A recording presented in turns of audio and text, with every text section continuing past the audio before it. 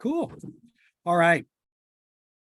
So sleep and daylight savings, what an appropriate topic, because what, we turn the clocks backward an hour. Is that first weekend in November? Is that right? First Sunday, Saturday in November? Is that right? I think it's somewhere around November 6th or 7th. So we are supposed to get an extra hour of sleep back. I always like that time. I always like this time of year because it would go back. It's like, I get to sleep a little extra time. And then in the spring, I'm all messed up from the time change. So, okay, let's go to the first slide here. Oops. How about hitting the space bar, Rob?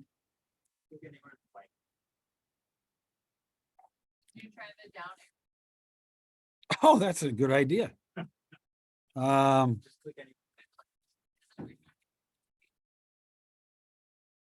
Oh, click anywhere on the. One more time. Oops. Okay, how do I go back, Tim? All right, you can use the left arrows now. Oh, very cool. Oh, awesome. Okay. So pretty soon we return to this timing called standard time. So okay, I guess I had looked this up and it's November the 6th. I think that's a Sunday. Okay. Where we turn the clocks back. So we return to standard time. And it can be a blessing to some and maybe not so big a blessing to others, going backward and forward. Some people adjusted that really well and some people don't. And I think whether you have a sleep or disorder or not, this changing of the clock has an impact on your circadian rhythms. And I know this isn't big enough, but when you think about rhythms, I think about all the rhythms in nature. You know, how flowers close at certain times and they open back up in the morning, night and day, hibernation, and then coming out of hibernation, and those kinds of things where there seems to be a rhythm, in nature. Well, it's the same way with us in our way of doing things and our way of sleeping. So, gosh, I wish that picture was bigger because it's a good one. How this process begins, and it seems like light has a whole lot to do with your quality when you start sleep, when you wake up, how well you sleep. It's exposure to light during the day. So, okay, what is a circadian rhythm? This picture is a little better, maybe. They're 24-hour cycles, and it's our own body's internal clock. And so it's kind of like this rhythm is synchronized as the master clock or master pacemaker of the brain. And I believe this is all tied to a part of the brain called the hypothalamus. And there is, and I'll get to it because I can't remember it until I get to the slide. There's also another small mechanism or organ within the hypothalamus too that seems to make a big contribution to how we sleep and how we wake up and how we sleep. Do we follow that pattern of sleeping from X and such time at night till X and such time in the morning, or does it follow some other sort of way with fewer hours of sleep, and then all of a sudden we're sleeping at other patterns during the day called napping? So I guess the bottom line is, if our alignment with sleeping and our circadian rhythms are within an alignment that allows us good and encourages good restorative sleep, our body can repair itself, or is more efficient at repairing itself. And there's a process of also storing memories from the day. into long-term storage in the brain. And if you're not sleeping well enough, that process is interrupted, and it's more likely you're going to forget and be more forgetful. So I'll get to that. That's also an ensuing slide. All right, so here it is. So it's our rhythm, circadian rhythms are connected to the master clock or the pacemaker. And this is located here, and I hope the picture's big enough for everyone to see. Everyone catching this in Zoom land, I hope? No problems, no worries? Okay.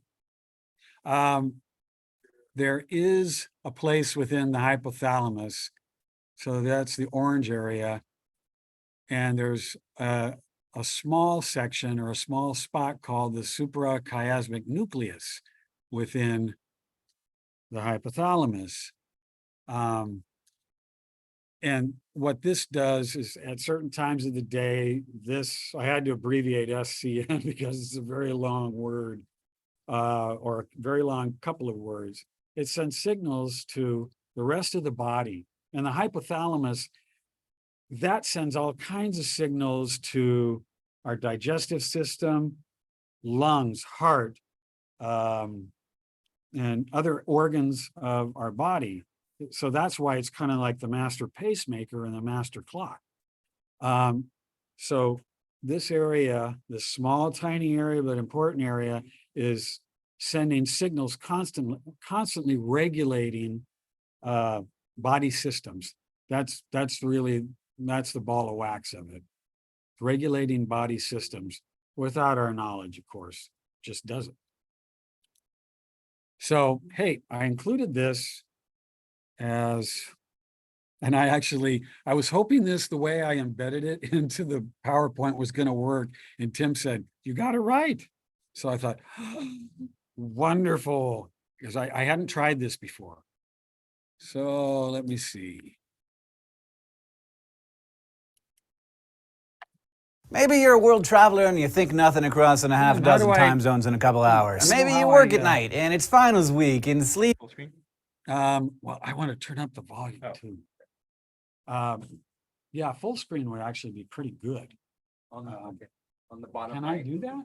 Yeah. Right here. That button. Oh, very cool. Square. Say it one time. Try.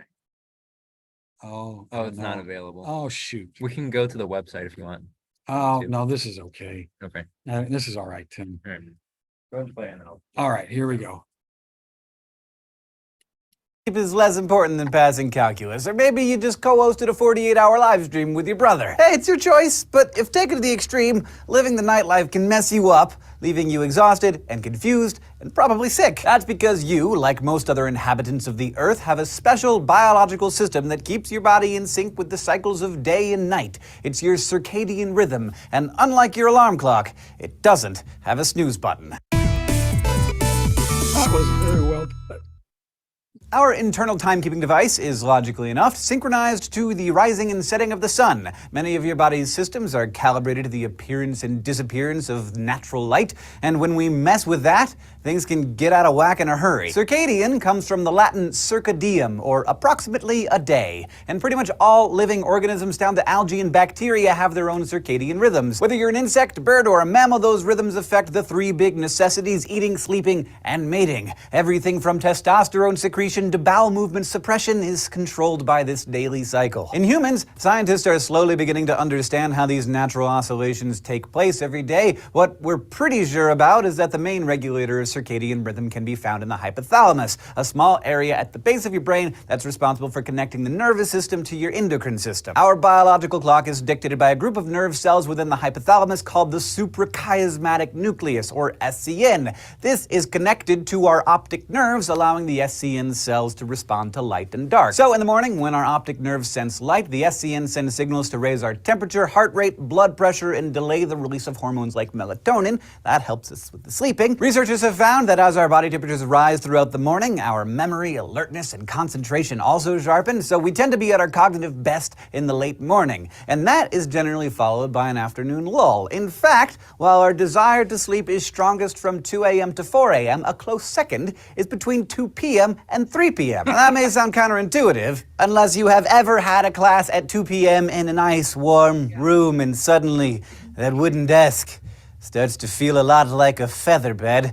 This suggests that napping is an important and natural part of our daily rhythms, so don't feel bad about it. No other species exhibits the same once-a-day sleep pattern that most humans have become accustomed to, and there's growing evidence that mid-afternoon napping might be in all of our best interests. That afternoon lull is followed by another period of alertness, but in the evening, as the sun disappears, the SCN again picks up those signals of changing light from our eyes, organs shift into low gear, our body's temperature cools, and sleep-induced hormones are activated. Problem is that our daily schedules do not correlate with sunrise and sunset anymore. What with working and studying and late-night redditing, we're constantly fighting that master clock that's been trying to keep us in sync since we were babies. Scientists have linked disruptions to our natural rhythms to health issues ranging from diabetes and obesity to depression and dementia. It's believed that up to 15% of our genes may be regulated by circadian rhythms. So when you get off that next transatlantic flight or finish pulling that all-nighter, do yourself a favor, listen to your body and take some more naps.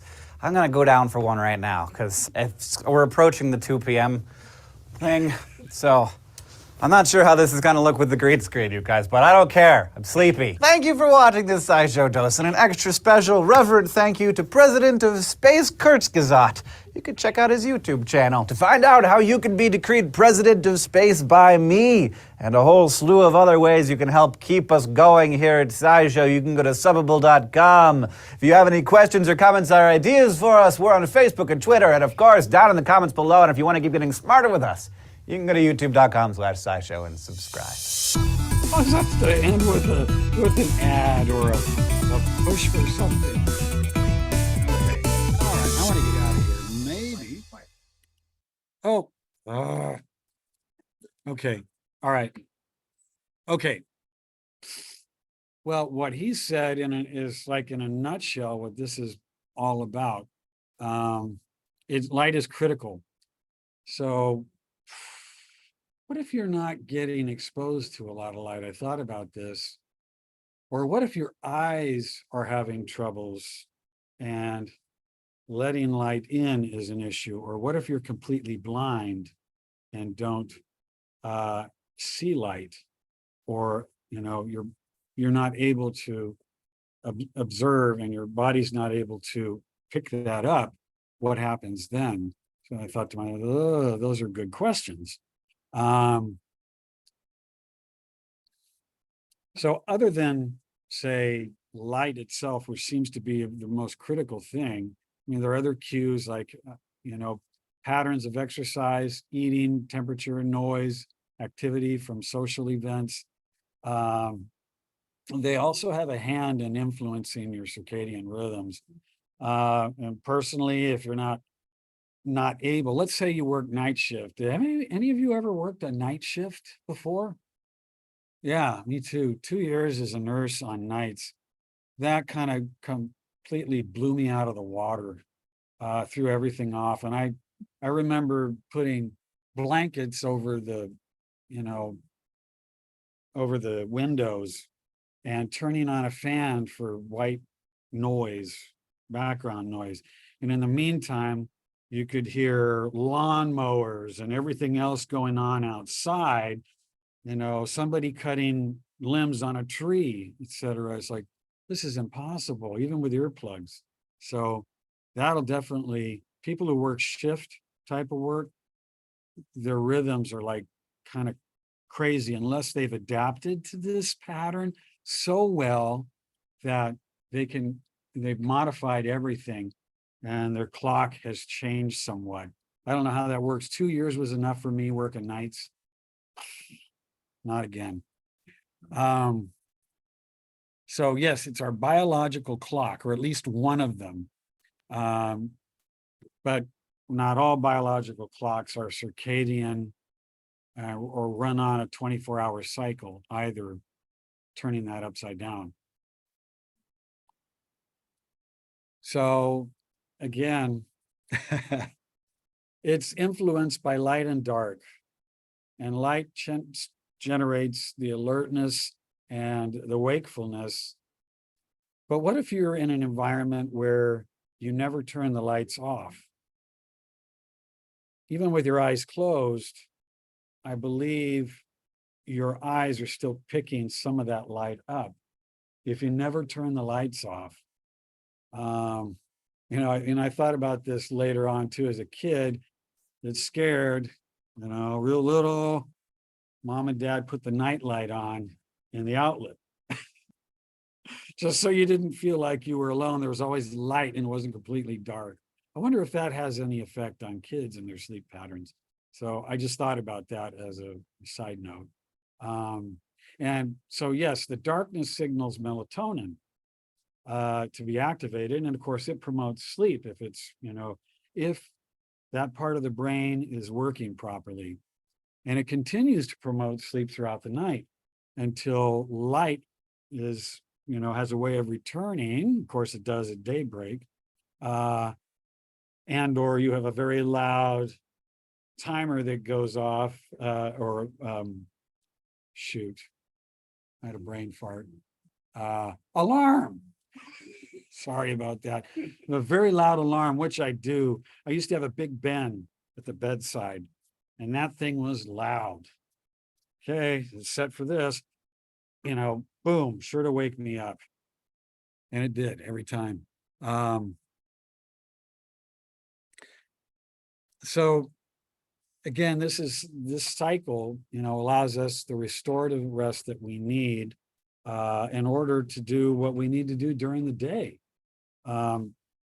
It's just part of that.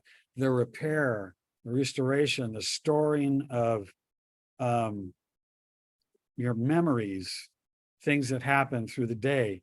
I can't imagine going to sleep and not remembering anything of what happened the day before. That would be problematic. So again, it seems to impact all our systems.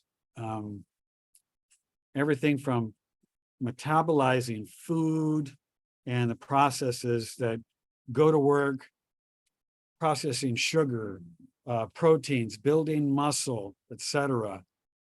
Weight gain is something that's affected by your sleep patterns. So a lot of times, if that's disrupted, you may find yourself eating more during the next day. So that's an issue. Blood sugar regulation is also troublesome the next day, especially if you're someone who's diabetic or pre-diabetic. You'll see the impact right away.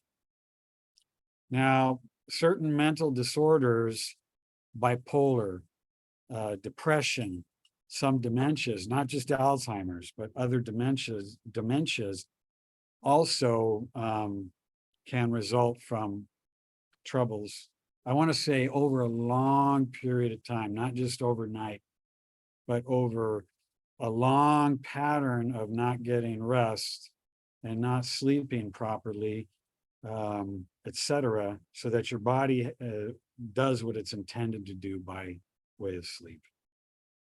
I mean, there seems to be correlations there. I don't know the exact connections, going to Medline Plus, and there are others too.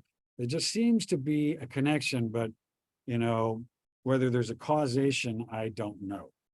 But it makes sense to me, knowing they've done studies that have at least pointed in that direction. So it's a concern.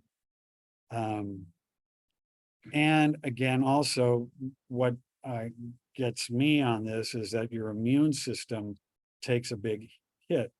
It is not functioning properly if you're not sleeping properly and you're not going through the proper sleep-wake circadian cycle.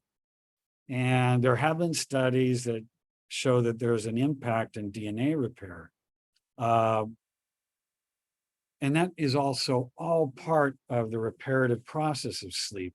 It's, it's working on immune system. It's also a chance for your body to clear out debris and get rid of, I want to say, junk from the system, but that's not the right word. But the reparative process is a big deal because of the impact, on things like cancer and other long-term either immunological illnesses or brain illnesses. So if your body is not getting rid of those things, then you're more susceptible. That's probably a better way of putting it. Any questions out there? Comments, concerns, worries, troubles? Are you following me out there in Zoom land? Can you say yes? Thank you. Okay. All right. So you're following the direction I'm going, I hope. Good. So what happens if it's off? Well, you're going to have very poor, if your circadian rhythms are off, either by your work schedules or for some other reason, which, in fact, could be some sort of organic brain illness or something else that you're dealing with. So inadequate sleeping time means you're shortened in your sleep quality, REM and non-REM sleep. And you have to have a good quality non-REM and REM sleep in order to have the restorative process take place. Again, the bottom line is your body doesn't function optimally to heal and repair itself. And we don't think about this stuff. Hey, I'm doing shift work, or, I'm working 12 hours, but I'm going to do an extra 4 hours. So I'm doing 16 hours, which means it's going to throw everything off completely. Or I need to stay up very late and study. So college students might be able to resonate with that. So other sleep interruptions actually have an impact too on those cycles, like sleep apnea, which interrupts your sleep throughout the night, waking you up because you're deprived of oxygen. That's the bottom line. And that might be several times a night. So you're never getting a good night's sleep. Insomnia, person who suffers from insomnia, and will usually have some sort of a daytime sleepiness. People with sleep apnea, they'll have a daytime sleepiness as well, which is not a good thing either. A nap is one thing, but if this is a continuous pattern where you're not sleeping and you're sleeping during the day, then there's a problem. There's something you need to address. And memory storage, which is very important. Mentioning before that, what if you had all of this happen during the day, but you sleep poorly at night as a rule, next day you may not remember certain things that happened the day before, maybe certain important things that happened the day before, like conversations. That's a big deal then. That's a very big deal. So here's some other conditions that will disrupt your clock, the circadian clock, sleep-wake cycle, day and night. Things like jet lag, flying from one time zone to another until you can acclimatize, you're feeling that pattern of extra fatigue and sleepiness because you're in a different time zone and the clocks are different too. Shift working, where your day is night and your night is day. that takes a toll after a while. And this is something I didn't know before, but there's a condition called advanced sleep phase disorder. So you're falling asleep earlier in the evening, and then you're waking up much earlier in the morning. And this becomes a pattern where, say, you fall asleep at 6 or 7 p.m. and you wake up at 4 or 3 a.m. Okay. That is maybe following a certain pattern, but you may not, be getting adequate sleep. You're waking up when it's still dark, in other words. You're going to bed when it's still somewhat light outside, depending on daylight savings. Oh, yeah.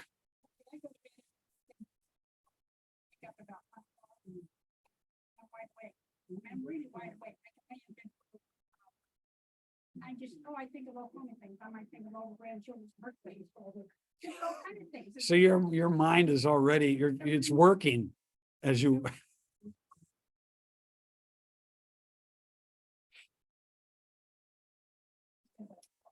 Anyway, then I go out in the living room for a while, and then pretty soon I get my iPad out and I'll play a pinochle game or I'll play. Oh, right. I can be up for-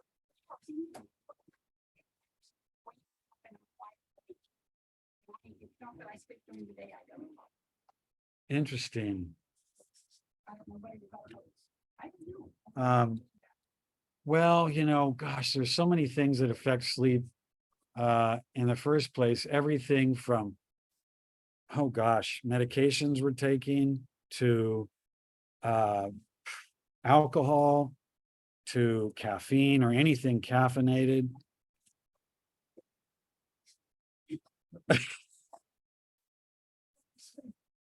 And smoking, because of the continual nicotine fix, that keeps you much more awake for much longer.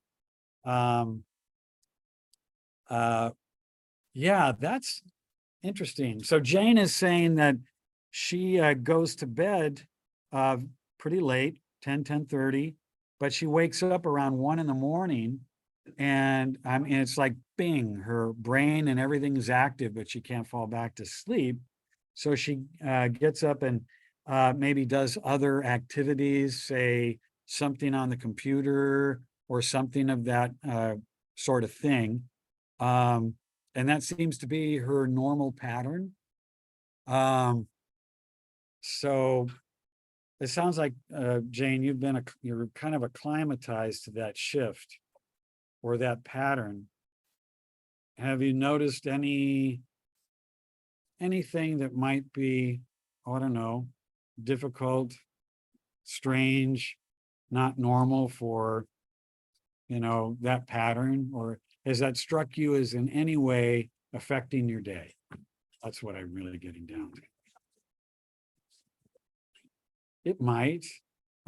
Again, going into that full night's sleep, the non-REM and REM sleep, not just the repair, but the saving and storage of memories from the previous day or the previous, perhaps even things that have built up to the previous day. If they're not stored well or they're not stored properly, then you forget. Oh, that's good. I'm hoping. I hope it's about 5 o'clock. And there it is. I'm 1:30. I mean, because I feel real good. I feel wide awake. Right. Okay. Interesting, Jane. That's have you ever mentioned that pattern to your doctor?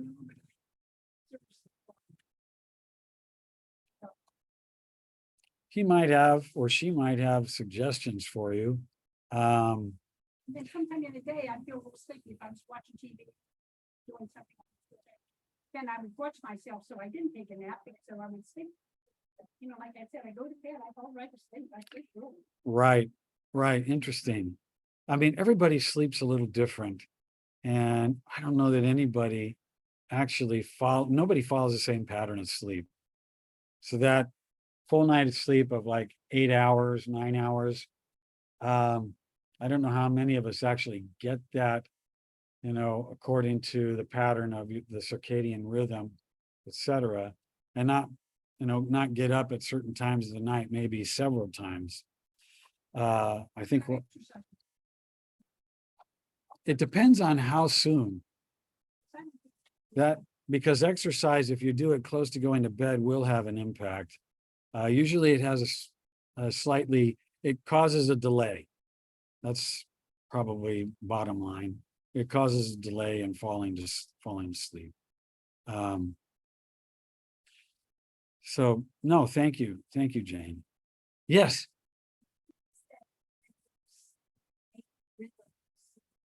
Oh, the one at the bottom? Well, that one, I can't hear the questions. oh, okay. Oh, I forgot your name again. Edie is asking about the bottom of the slide where there's irregular sleep-wake rhythm patterns or rhythm disorders. And usually that is connected to not just one, but many different brain disorders where your pattern is going to be irregular. In other words, you're not falling asleep and waking up at the same time, either during the night or the next day. It's going to vary. Maybe you're falling asleep earlier in the day or evening and you're waking up, can't get to sleep the rest of the night. Which that is problematic. I wonder, chicken and egg thing, did the chicken come first or did the egg come first? Did an abnormal sleep-wake pattern, start before some sort of dementia kicked in, or was it the dementia that brought in this irregular pattern? So that's a question that was floating around in my head regarding that. Because the list is pretty extensive, Edie. It's pretty extensive on different brain disorders associated with the irregular sleep-wake cycle. But yeah. Yes. Well, they could be anything from stroke. They could have a Parkinson's disease could contribute to that. There are also, trying to think, there's another couple of categories that feed into this. Traumatic brain injuries, anything that affects that area of the brain that controls sleep. So it could be traumatic brain injuries. It could be surgeries in that region of the brain to remove a tumor. And in fact, a tumor could bring it on because if it's in the right spot, it's pushing and causing problems in that region of the brain. So, there are several disorders that could contribute to that irregular cycle. Now, the night owls, which is your advanced sleep phase disorder, they're up all night, or they fall asleep early. I just did that one, didn't I? The night owls, the delayed sleep disorder. Okay, so they're up all night and maybe they sleep at the tail end and they don't get good restful sleep. So I wonder if that's somewhat, falling into the shift working. People who are up all night and they don't get off work until 6 a.m., 7 a.m. By that time, it's already getting light outside. Or they work swing shift. Different shift work is going to have different impacts on sleep. And the last one there is a 24-hour sleep phase disorder. And that is usually associated with people who have visual impairments.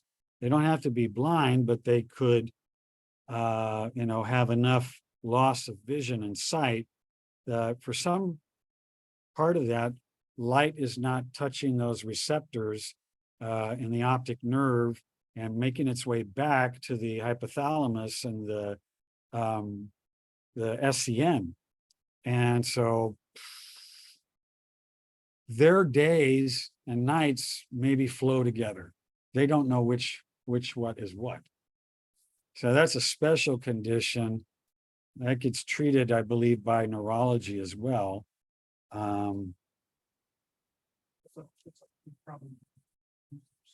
And lose their sight. Yes.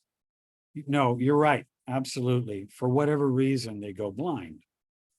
And maybe not so much those who are blind from early on in their life. But yeah, that does become more problematic if somebody is losing their sight gradually as they age.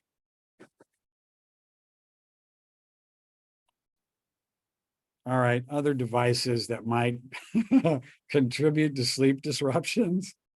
The blue light on your electronic devices like your computer or any artificial lights, like lights overhead or lights that are, you're concentrating on something and that light is shining on the work you're doing. Drinking into the night, caffeine consumption into the night, which didn't help me. I used to drink almost a pot of coffee on night shift to stay awake. That was not a good idea. That was not a good idea. Stress, and with stress, other things like anxiety, that kind of thing can keep you up into the wee hours of the night before you actually fall asleep. Noises. That could be anything from in the middle of the night, you don't expect to hear loud noises, but sometimes if you're going to sleep a little earlier and your next door neighbor is either cutting wood or working on some sort of metal or pounding on something, that disrupts your sleep pattern, or if you have kids or somebody else, you have roommates and they're watching TV or stereo into the wee hours of the night, that interrupts your sleep. Next door to this guy who played Madden football all night. I hear John Madden's voice, the recognizable voice, coming, on during the night. It was really annoying. Yes. So Kevin is mentioning that a neighbor of his at some point in the past used to play a game. It was a football game, Madden football, and he played it very loud. Which, yes, I've got experience with that too, with neighbors who are doing exactly the same thing, and I have to get up, go over and say, look, you know what? Walls are thin. They're not as thick as you think. This is way too loud for this time of night, and so I've had the same experience, Kevin. Kid next door is playing his bass to the wee hours of the night, and I had to get up, go, and I his dad's up. I said, look, can you knock off or have your kid knock off, please? I got to get up at dark 30 to go to work. And I said, this isn't helping. There are ordinances about loud noises, etc. There are. So, yeah, that's a problem. I imagine most of you have at least run into that once or twice or many times in the past with noisy neighbors or noisy things going on across the street, football games, something else going on to the wee hours of the night across the street in a park, that kind of thing. Temperature. Oh, I'm sorry. Go ahead. Oh, no, I can wait till you're done. I was gonna say, what about body functions like bladder? Okay, yes, that actually is a problem. And that gets me up at least once a night myself. So they do recommend, if that is an issue, you don't see They recommend you don't drink a lot of fluids before going to bed. I don't always follow that pattern, hence getting up during the night because the urge is there and it just automatically wakes you. Thank God those stretch receptors and nerves are doing their job and your brain picks it up and wakes you up to go pee. So, yeah. And if you have a problematic bladder, that'll disrupt your night more than once, likely 2 to 3 times. And you feel like you didn't sleep at all if that happens, or it's hard to tell when you fell asleep and the next time you got up to, empty your bladder and you're looking at the clock, et cetera, when you wake up. So that is a problem, Paul. That is an issue. In fact, I think that becomes more of an issue the older we get. Temperature also seems to have an impact. Too warm or too cold will disrupt sleep. However, they recommend temperatures that, are in the high 60s, low 70s as a comfortable temperature zone for you to fall asleep in. And that's not always possible, of course. But again, since that part of our brain responds to and regulates body temperature, the outside temperature does have an effect. Okay, what happens as we age? So, well, it's hard to kind of look at these waveforms here on waking activity and what's going on in this, the SCN, temperature, cortisol, melatonin, and your glucose, your plasma glucose. So there are differences in the pattern, but in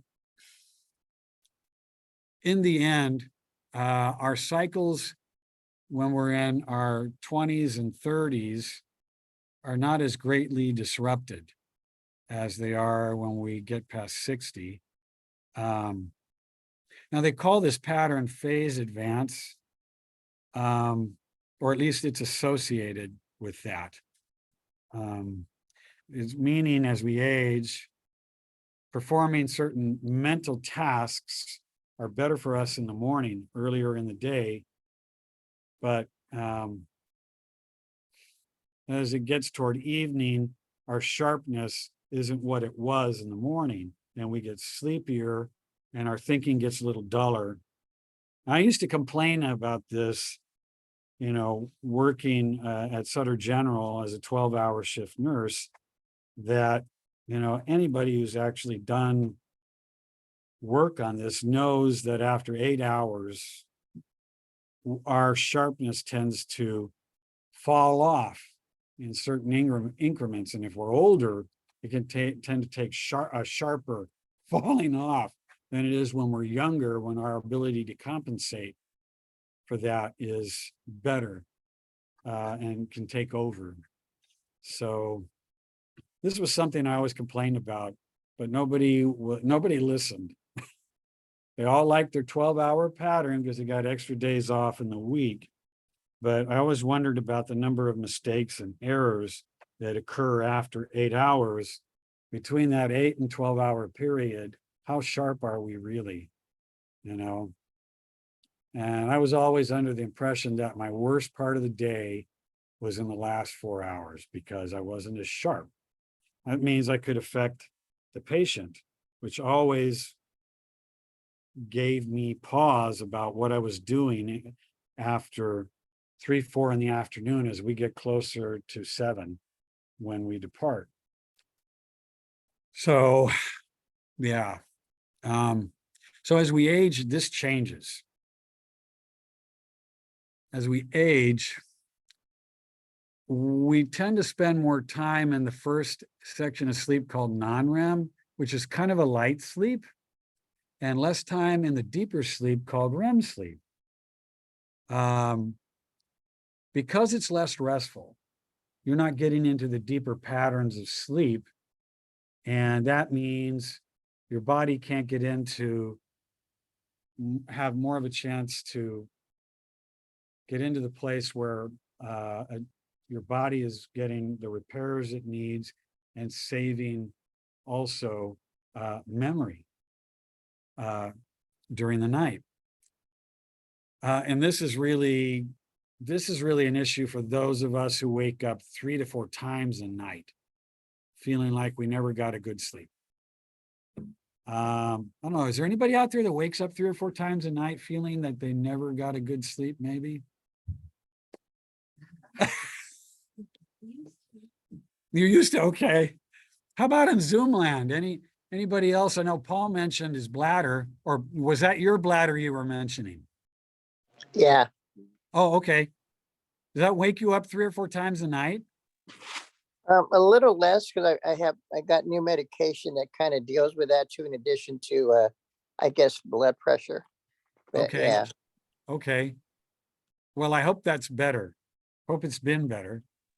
Yeah, and I was told to do what you said about cut off like at either around 6 or so, no more fluids. That's hard to do sometimes too. Yeah. Same with food, by the way, as well. The last thing is you want is to wake up in the middle of the night and have the urge to go, 1 and 2. So that is certainly why you don't want to eat until the wee hours of the night. That affects digestion as well. It's part of, that weight gain thing that happens if you're eating till the wee hours of the night, that's where your glucose sensitivity might take a hit as well.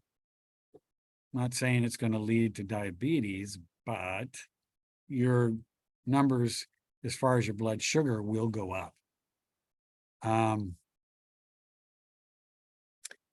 So on the whole, older adults, we do get less sleep than our younger counterparts.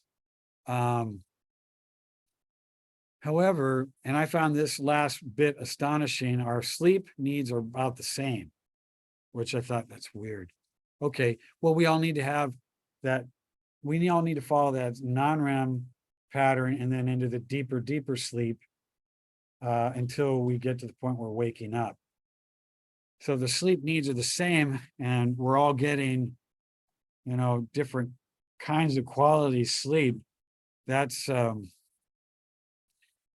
which leads me to believe that sleep is something that needs to be investigated much further into its impact on our health, whether young or old, doesn't matter. Younger age, older age. So in adapting to new sleep rhythms, that I think tends to be a little bit more for us as we age, a little more of a problem as we age. Even small changes can be a little bit more difficult to manage. So even small changes can have a big impact. I guess bottom line, small changes to your pattern in the sleep-wake cycle and your circadian rhythms can have a big impact on your quality to sleep, the length of time, and the ability to repair and store memories. So this is very cool. It's only 5 minutes. That's why I included it. But this is an MD who's treated these issues. All right.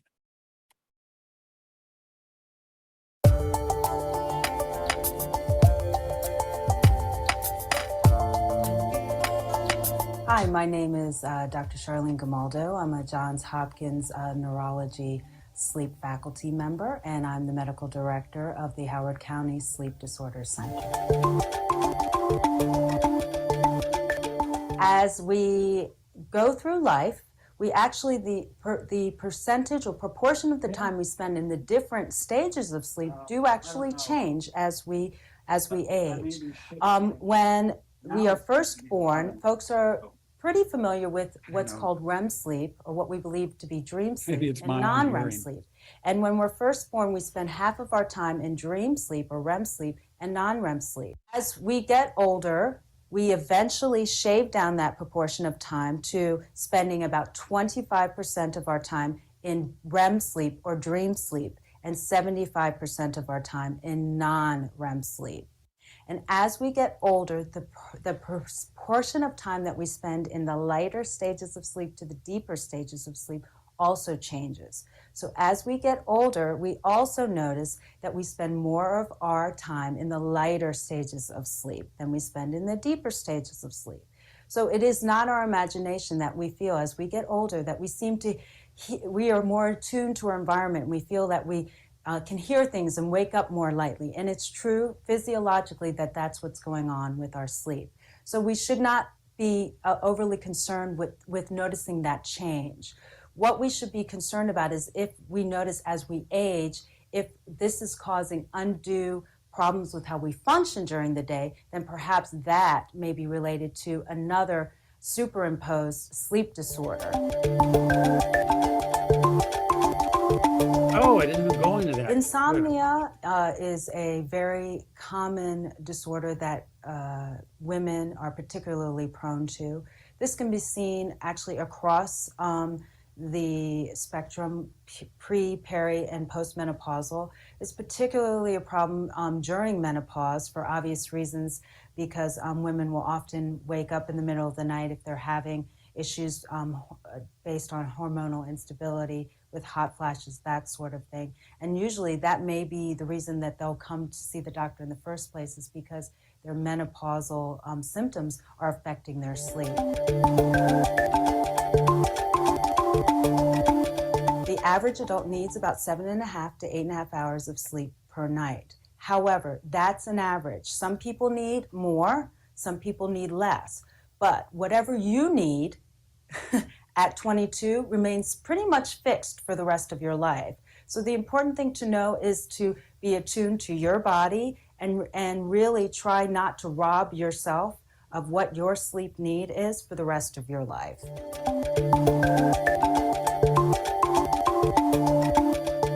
The first and foremost is to learn and know your body, okay? So the big thing that people need to figure out is how much sleep does their body need. The best way to do that is to do a test, is A, give yourself a vacation. You owe yourself a vacation.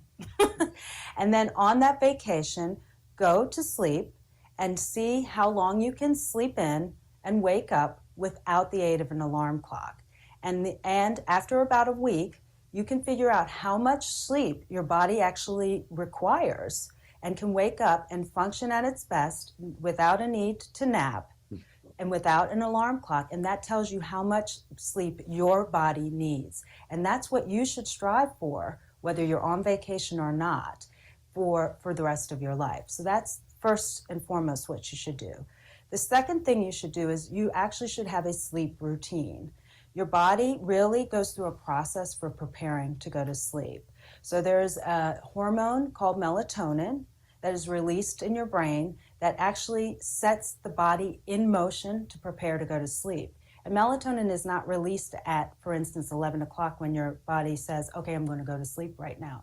It actually is released 4 hours before bedtime. It's usually released around 7 o'clock. And that is really very symbolic of the fact that your body actually goes through a process of decompressing to prepare to go to sleep. And you really should do the same thing from a behavioral standpoint. So it's really not a good idea to say, I'm going to bed at 11:30, but from 11:15 to 11:30, I'm going to get on my iPad, I'm going to be on the computer, I'm going to do all these things, because that's really counterproductive to your body going through the process of trying to prepare to go to sleep. So those are really very simple things. Another very simple thing is caffeine. You want to stay away from that close to bedtime. Again, that is counterproductive to going through the process of preparing to go to sleep. So sleep should be a relaxing process, minimize light, minimize any stimulating activity, any stimulating material, whether it's TV, caffeine, that sort of thing. at least about an hour to 2 hours before going to bed.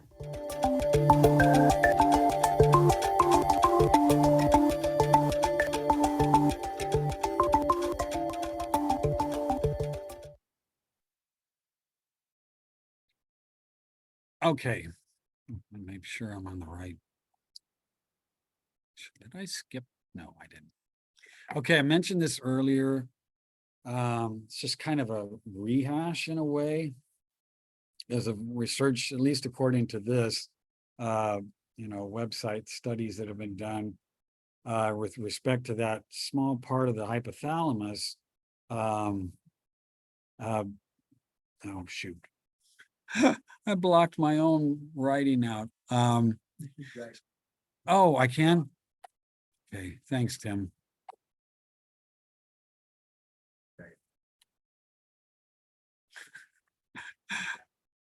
Out of the way for the moment anyway. Okay, thank you, Tim. Oh, hey, all right. So again, in the researchers have found and suspected in human beings that this part of the hypothalamus may become slightly weaker. So it's leading to a less pronounced, leading to less pronounced fluctuations in the circadian rhythms. But in turn, less melatonin is produced at night in these individuals, which you heard mentioned. Melatonin is a big deal because it starts secreting earlier in the evening than maybe you're ready to go to bed, but it's secreting. So less melatonin produced. So as we age, we might experience less of a distinction between sleep and wake, which to me, it's like if I don't, yeah. So that kind of blows my mind in the way I got to think about that. Less of a distinction between sleep and wake. Okay. So we're sleeping less soundly. So maybe it's part of that non-REM sleep, and falling asleep during and throughout the day, which can be problematic if you're expected to be alert and awake and doing your job. If you're falling asleep at the wheel, so to speak, all kinds of negative things can happen.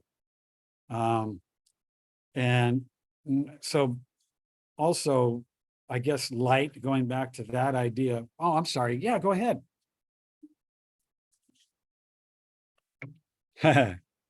Well, everything I've read about melatonin supplements is that they may help. And I can tell you this, at hospitals like Davis, but not just Davis. Davis uses melatonin now to help people fall asleep. And so I've seen it used on various units as a sleeping tablet of a sort, or at least to enhance the body's own melatonin secretion. Now, whether or not the artificial melatonin is really having a great impact, I think they're still studying that. Because it's not something obviously regulated. You can get it right at the counter. So I think research is still looking at that for the positives and the negatives, especially if one tends to want to up the dose of melatonin. I'm not sleeping well enough on this in my own body's production. Let's take 2 times, 3 times. I don't know about that. So, because I don't think that is quite as regulated as, say, something that's traditionally used for sleeping, like something like trazodone or Ambien or something else like that. Strictly regulated prescriptions and has all kinds of studies, et cetera, because you can find it in a drug book.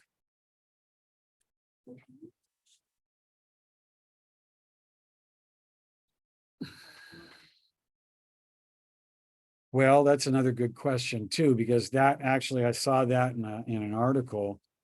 What impact, again, this is what impact does this have on the area of the brain? Because maybe it's already sensing this melatonin throughout your system. Does that mean it's going to secrete less? I mean, there are other malfunctions in melatonin or production that have to do with that area of the brain that are also affected by other, I want to say, disease processes to that area of the brain where secretion actually takes place. And that could be nerves, it could be blood vessels, or it could be a direct insult to that area, the hypothalamus, that will have a direct impact on that SCN portion that allows for the secretion of that hormone. Because it is a natural hormone within the body, and it does help bring on sleep. So, but that, also brings into question other drugs that are used for sleep. And there's many, but nearly all of those, is even the more benign ones, so to speak, still have an impact on you at night and in the next day, with anything from keeping you asleep longer than you should to poor sleep during the night, etc. Or other things like getting up and doing things you wouldn't normally do, like sleepwalking, Ambien. Ambien, don't know if you're familiar with the drug, has been associated with so many things because it puts people into a trance-like state. They could get up and go into a car, drive to someplace, and get out of the car and not know how the heck they got there. Or go to the computer, type out an email, which is sometimes total gibberish, to somebody and send it. And they send you an email back, what's this? And it's kind of like, you sent this at this hour of the night, because you can go back and look at it. And I said, I didn't send that then. Or ordering pizza in the middle of the night, getting it, eating it, come back the next morning wondering, how did this get here? Or ordering on Amazon, and all this stuff comes that you don't realize you ordered, all because of maybe the drug you've taken.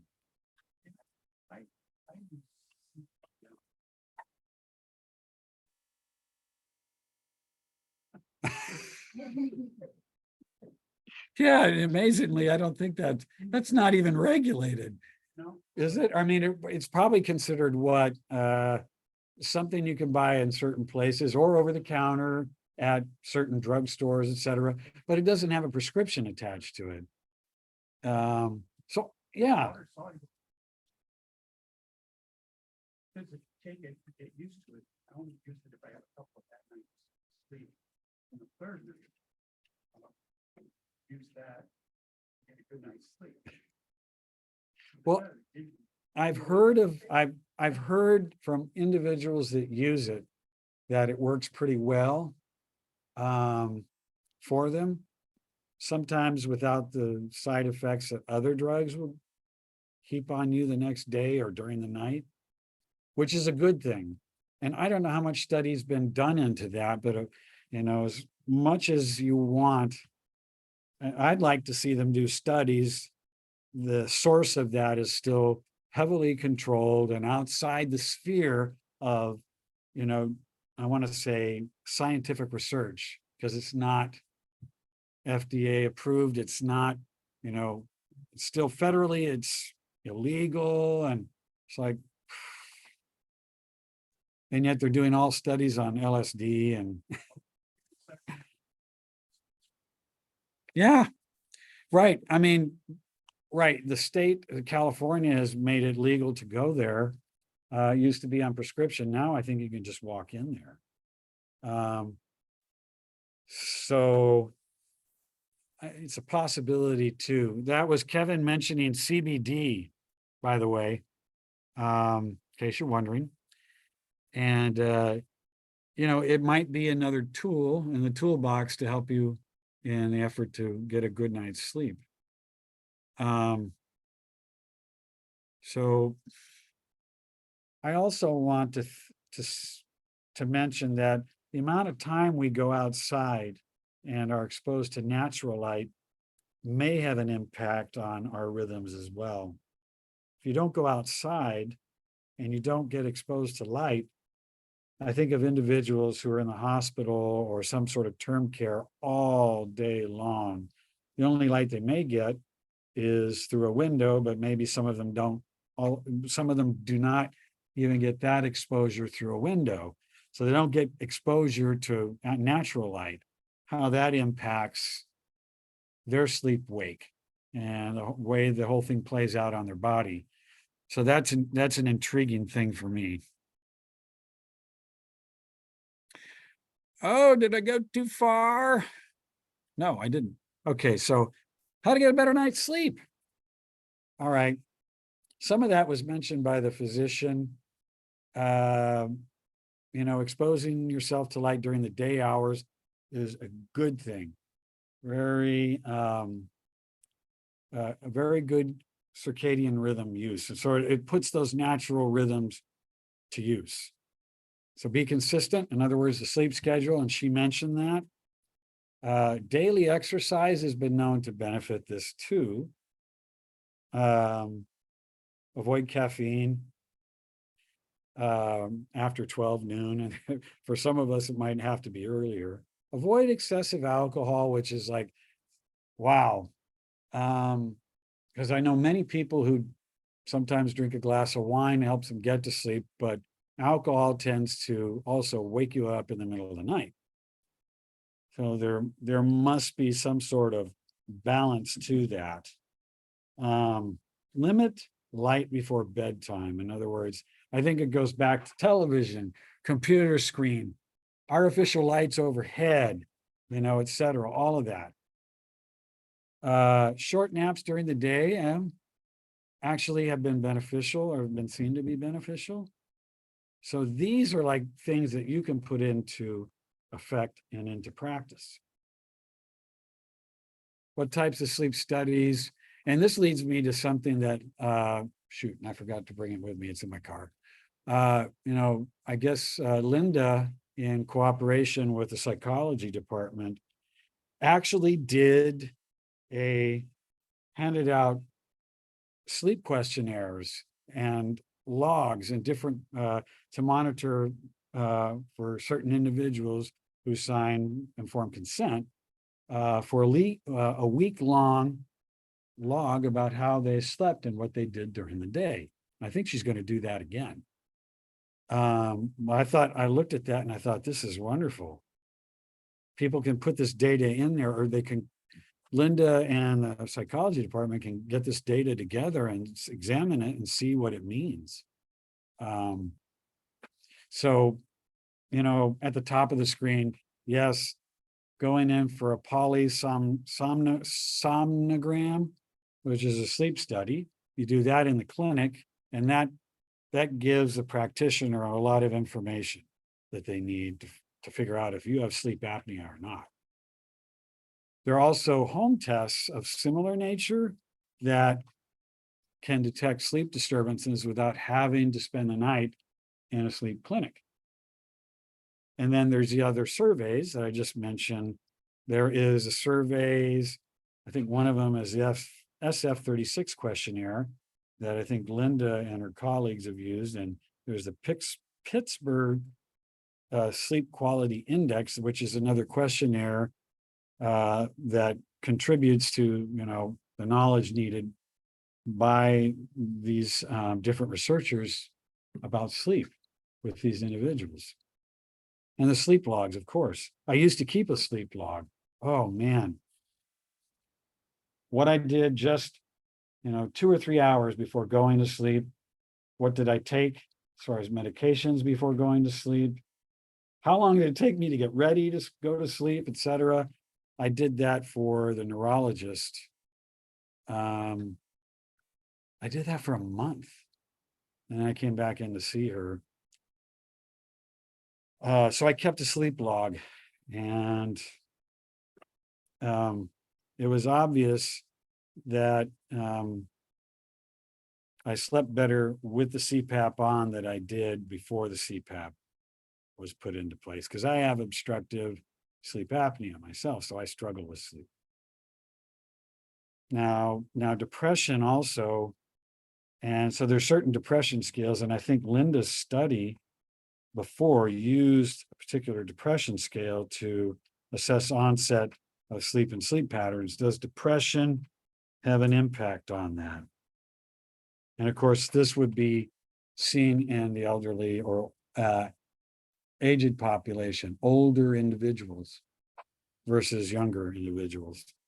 And so depression can actually have an impact on it. I didn't see the results of their study, but I've looked at other studies through NIH and PubMed that depression does have a direct impact on patterns of sleep. So it's concerning. So these are a lot of things that have been used to determine, in a nutshell, used to determine problems with sleep, how we sleep, and maybe putting us in a place where once we have the data and the information, we could go from there to treat, that kind of thing. Questions? Yes.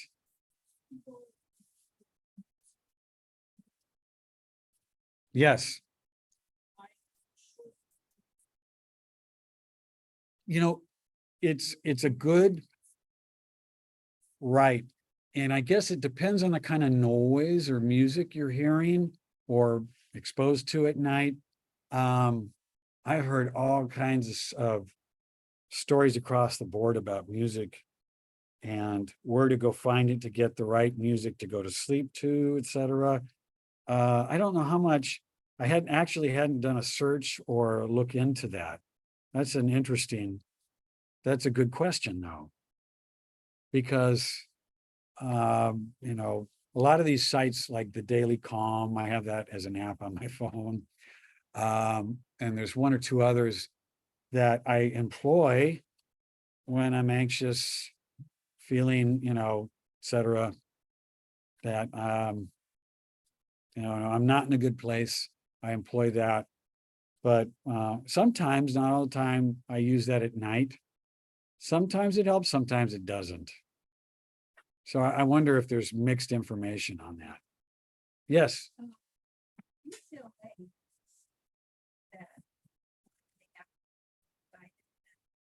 Yes, guided. Yes. Okay, I'm glad you brought that up.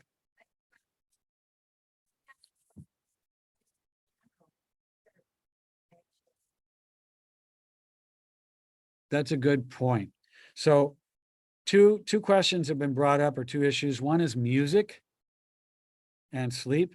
The other one is the guided imagery and the type of I want to say it's a helping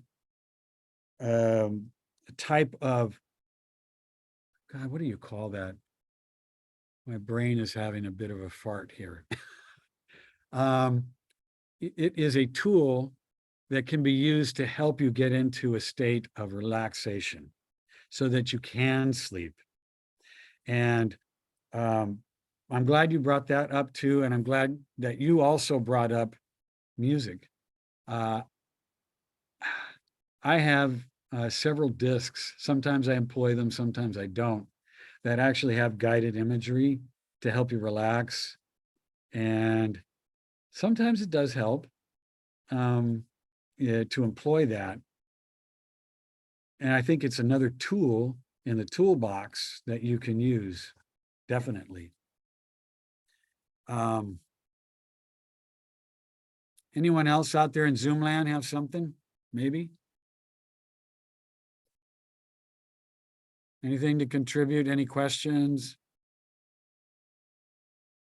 Okay. Well, I guess at this point, if there are no other questions, issues, I'm going to end the, oh, there's one in the chat. It could be ages old, but I'm going to look at it anyway. Oh, thank you. Okay, that's Paul. Okay, very cool. All right, so, what do I do here? I want to stop recording. How do I do that? Do I go into more? Oh, very good.